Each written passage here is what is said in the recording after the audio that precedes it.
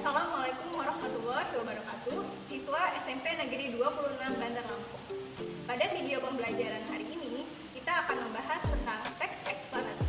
Silakan simak video berikut. Pada teks eksplanasi, bagian yang akan dipelajari diantaranya ciri-ciri teks eksplanasi, meringkas teks eksplanasi, menelaah isi, struktur, kaidah teks eksplanasi, dan menulis teks eksplanasi. Teman-teman, pernahkah kamu membaca teks tentang pembentukan pelangi atau penyebab terjadinya banjir? Teks yang memuat informasi seperti itu disebut dengan teks eksplanasi.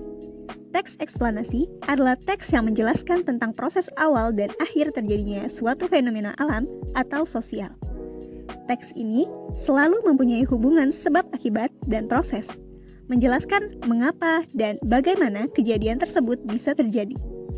Tujuan teks eksplanasi yaitu menjelaskan fenomena yang terjadi secara jelas agar pembaca dapat mengetahui informasi terjadinya suatu fenomena.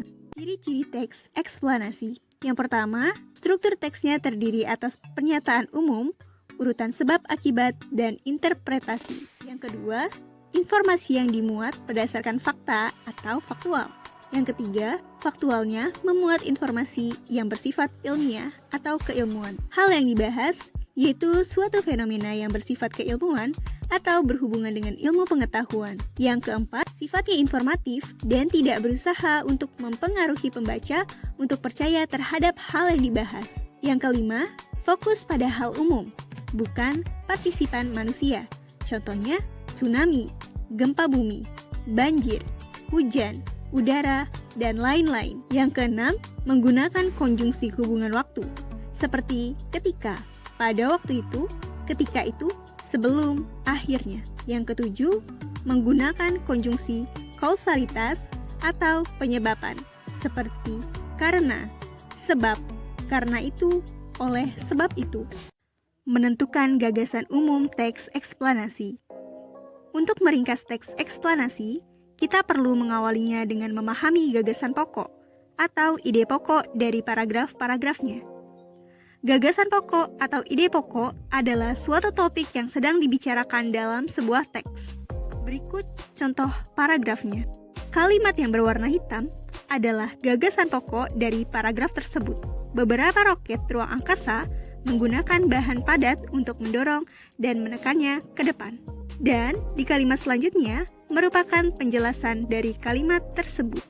Gagasan pokok biasanya terletak pada kalimat utama yang biasanya terletak di awal, di akhir, di awal, dan di akhir paragraf. Yuk latihan menentukan gagasan utama dari paragraf berikut. Jika sudah tahu jawabannya, silahkan tulis di kolom komentar ya.